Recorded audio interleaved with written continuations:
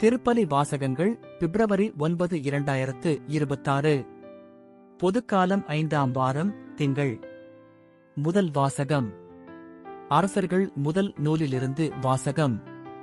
அந்நாள்களில் Solomon ஆண்டவரின் உடன்படிக்கை பேழையை தாவீதின் நகர் சீயோனினின்று கொண்டுவர விரும்பினார்.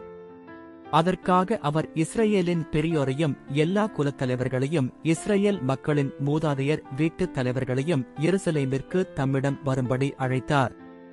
அதற்கிணங்க அவர்கள் அனைவரும் 7ஆம் மாதமாகிய ஏத்தானின் மாதத்தின் பண்டிகையின் போது அரசர் சாலமோன் முன்கூடினர்.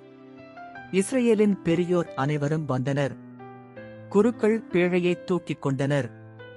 ஆண்டவரின் பேழை, சந்திப்பு கூடாரம், கூடாரத்தின் தூய கலன்கள் அனைத்தையும் குருக்களும் லேவியரும் சுமந்து சென்றனர்.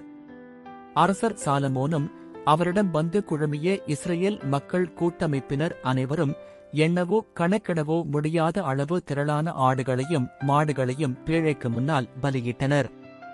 பின்னர் குருக்கள் ஆண்டவரின் உடன்படிக்கை பேழையை கோவில் கருவறையாகிய திருத்துயகத்தில் அதற்குரிய இடத்தில் கெருபுகளின் இறக்கைகளின் கீழே கொண்டு வந்து வைத்தனர். அக்கெருபுகள் பேழை இருக்கும் இடத்தில் தங்கள் 2 இறக்கைகளையும் விரித்து பேழையையும் அதன் தண்டுகளையும் மூடியவாறு இருந்தன. 2 கற்பலகைகளைத் தவிர வேறொன்றும் பேழைக்குள் இல்லை. இஸ்ரவேல் மக்கள் எகிப்து நாட்டிலிருந்து வெளியேறிய பொழுது அவர்களோடு உடன்படிக்கை செய்து கொண்ட ஓரேபு மலையில் மோசே அதற்குள் வைத்தவை அவை.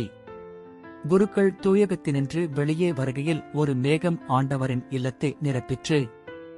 அம்மேகத்தின் பொருட்டு குருக்கள் திருப்பணி புரிய அங்கு நிற்க இயலவில்லை. ஏனெனில் ஆண்டவரின் மாட்சி அவர் இல்லத்தை நிரப்பிற்று. அப்பொழுது சாலமோன், ஆண்டவரே, நீர் கரிய மேகத்தில் உறைவதாக கூறினீர். நீர் என்றென்றும் தங்கி வாழ உயர் இல்லம் ஒன்றை உமக்காக நான் கட்டியுள்ளேன் என்றார். ஆண்டவரின் அருள்வாக்கு. இறைவா, உமக்கு நன்றி. பதிலுரை பாடல். பல்லவி. ஆண்டவரே, உம் உறைவிடத்திற்கு வல்லமையோடு எழுந்தருளும். திருப்பேழை எப்ராத்தாவில் இருப்பதாய் கேள்விப்பட்டோம். வனவெளியில் அதைக் கண்டுபிடித்தோம். அவரது உறைவிடத்திற்குச் செல்வோம். வாருங்கள், அவரது திருவடி தாங்கி முன் வீழ்ந்து பணிவோம். பல்லவி. ஆண்டவரே, உம் உறைவிடத்திற்கு வல்லமையோடு எழுந்தருளும்.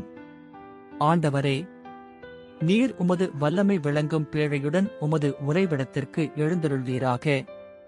உம் குருக்கள் நீதியை ஆணையென அணிவார்களாக. உம் அன்பர்கள் அக்களிப்பார்களாக. நீர் திருப்பொழிவு செய்த அரசரை உம் ஊழியராகிய தாவீதின் பொருட்டு புறக்கணியாதேயும். பல்லவி. ஆண்டவரே, உம் உறைவிடத்திற்கு வல்லமையோடு எழுந்தருளும். நற்செய்திக்கு முன் வாழ்த்துளி. அல்லேலுயா, அல்லேலுயா. இயேசு விண்ணரசு பற்றிய நற்செய்தியை பறைசாற்றினார். மக்களிடையே இருந்த நோய் நொடிகள் அனைத்தையும் குணமாக்கினார். அல்லேலுயா. நற்செய்தி வாசகம். மார்க்கு எழுதிய தூய நற்செய்தியிலிருந்து வாசகம். இயேசுவும் அவருடைய சீடர்களும் மறுகரைக்குச் சென்று கெனசரேத்து பகுதியை அடைந்து படகை கட்டி நிறுத்தினார்கள். அவர்கள் படகை விட்டு இறங்கியவுடனே மக்கள் இயேசுவை இன்னார் என்று கண்டுணர்ந்து அச்சுற்றுப்பகுதி எங்கும் ஓடிச் சென்று அவர் இருப்பதாக கேள்விப்பட்ட இடங்களுக்கெல்லாம் நோயாளர்களை படுக்கையில் கொண்டு வரத் தொடங்கினார்கள். மேலும் அவர் சென்ற ஊர்கள், நகர்கள், பட்டிகள் அனைத்திலும் உடல் நலம் குன்றியோரை பொது இடங்களில் கிடத்தி அவருடைய மேலுடையின் ஓரத்தையாவது அவர்கள் தொட அனுமதிக்குமாறு அவரை வேண்டினார்கள். அவரைத் தொட்ட அனைவரும் நலமடைந்தனர். ஆண்டவரின் அருள்வாக்கு. கிறிஸ்துவே, உமக்கு புகழ்.